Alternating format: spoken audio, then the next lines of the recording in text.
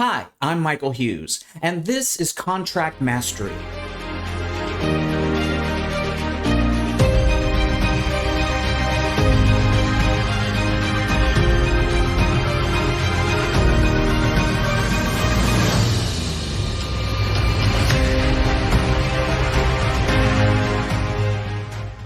Let's take a moment to talk about the effective date in the 1 to 4 family residential contract. The effective date is sort of all by itself on page 9 of the contract form. It's the only other thing on that page are the signatures of the buyers and the sellers. The effective date is the most important date in the contract. And the reason for that is it is the starting point of so many critical time periods in the contract. It is the start of the time period to deliver the earnest money, the time period to deliver the termination option fee. It is the start of the financing contingency. It's also the start of the termination option itself, the HOA document delivery deadline, the delivery of lease documents under the contract, delivery of the survey, delivery of the seller's disclosure notice. I mean, there's just so many things that are measured starting from the effective date. Well, with that in mind, let's ask this question here, pop quiz. If both the buyer and the seller sign the contract, but for whatever reason, there is no effective date written on the contract form, is the contract valid? If we don't have an effective date, is the contract valid? The answer to that question is yes. Yes, it is a valid contract. And even though we do have a valid contract, there is a great big but. So I guess the better answer here is going to be yes, it's valid, but we have a problem. If both of the buyer and the seller sign the contract, but there's no effective date, yes, the contract is valid. It is legally binding as soon as everyone signs it up. But as I said, we also have a really big problem because there's no starting point to count the number of days for the delivery of the earnest money and the option fee. There's no starting point for the termination option. So how do we know when it ends? There's no starting point for the financing contingency, and we can just go on through the contract and rattle off all the different problems. If the parties cannot agree on the effective date, so if we don't have one written in and the parties cannot agree on when the effective date is, then according to TREC and according to TAR, the only person who can decide for them is going to be a judge. That's a big problem. If the parties cannot agree, then this is going to have to move into the court system, and we're going to have a judge weigh in as to when the effective date is. On the form itself, I mean, there's not much in the way of instruction on the form itself. All it says is broker.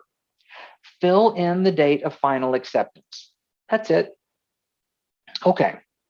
Well, usually it is going to be the agent or the broker whose clients are the last ones to sign who writes in the effective date. Normally, this is the listing agent that writes in the effective date because the buyer agent submits offer contracts that are all filled out, and it has all of the buyer's signatures and initials on it, right?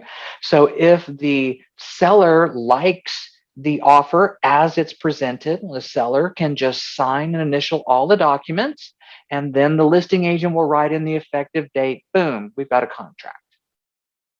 But it doesn't always have to be that way. In the circumstance where there's some back and forth negotiation and there's been some counter offers and things like that, it could be the buyer who is the last to sign. And in that case, it would be the buyer's agent who filled in the effective date.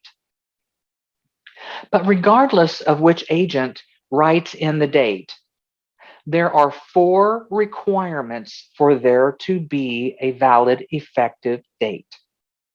Number one, the final contract must be in writing. Of course, we already know that, statute of frauds, right?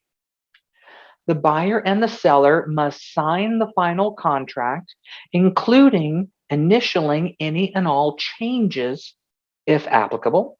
So, in addition to initialing at the bottom of the page, if we have handwritten in any changes or if we've struck out any language, we have to initial all of the changes. The acceptance must be unequivocal, meaning all the negotiations are over and this is the final agreement. The party who is accepting the offer or the counter offer or whatever it is has to say yes, period. It cannot be yes, comma, however, and then you add in a bunch of stuff because that is another counter offer. The acceptance must be unequivocal. Yes, period. End of story.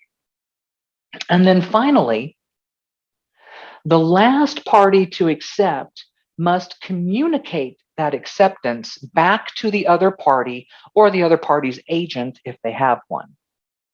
Once all four of those items are complete, that is the effective date. Okay, let's look at an example. Let's say the buyer agent submits an offer to the listing agent at 4 p.m. on Wednesday. The listing agent receives the offer, they forward it on to their seller at 5 p.m. The seller takes some time. They review the documents, ask the listing agent some questions, they think it over, and then they finally decide, okay, we're going to accept. They sign the offer documents at 10 p.m. Wednesday night. At 9 a.m. on Thursday morning, the listing agent sends the signed contract documents to the buyer's agent. Question here is, what is the effective date?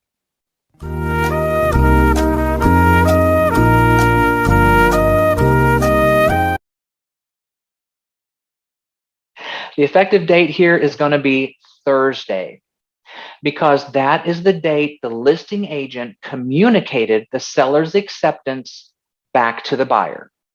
Everything else was done on Wednesday, but that last element happened on Thursday. And so Thursday is the effective date. When it comes to communicating acceptance back to the other party, the quickest, most efficient way to communicate acceptance is to send the signed contract documents. Everything's in PDF, so just send the email, attach the documents to it, and you're done. Could the listing agent just send an email to the buyer's agent saying the seller has accepted and the seller has signed the contract documents, and then the listing agent send the documents later? Technically, yes, they could. But now we have a question of proof as to whether the seller actually signed the documents when the listing agent said that she did. So avoid that problem altogether. It is far better and far easier. Just send the signed documents to the other side and let the effective date fall wherever it may. It is not worth trying to manipulate things in order to squeeze an extra day out on the effective date, or to, if you're on the listing side, to have it pushed backwards a little bit so that you try to remove a day from the option period or something from the buyer. It's just not worth doing all of that. Send the contract documents back, and whatever day that is, once all four of those items are complete, that is the effective date.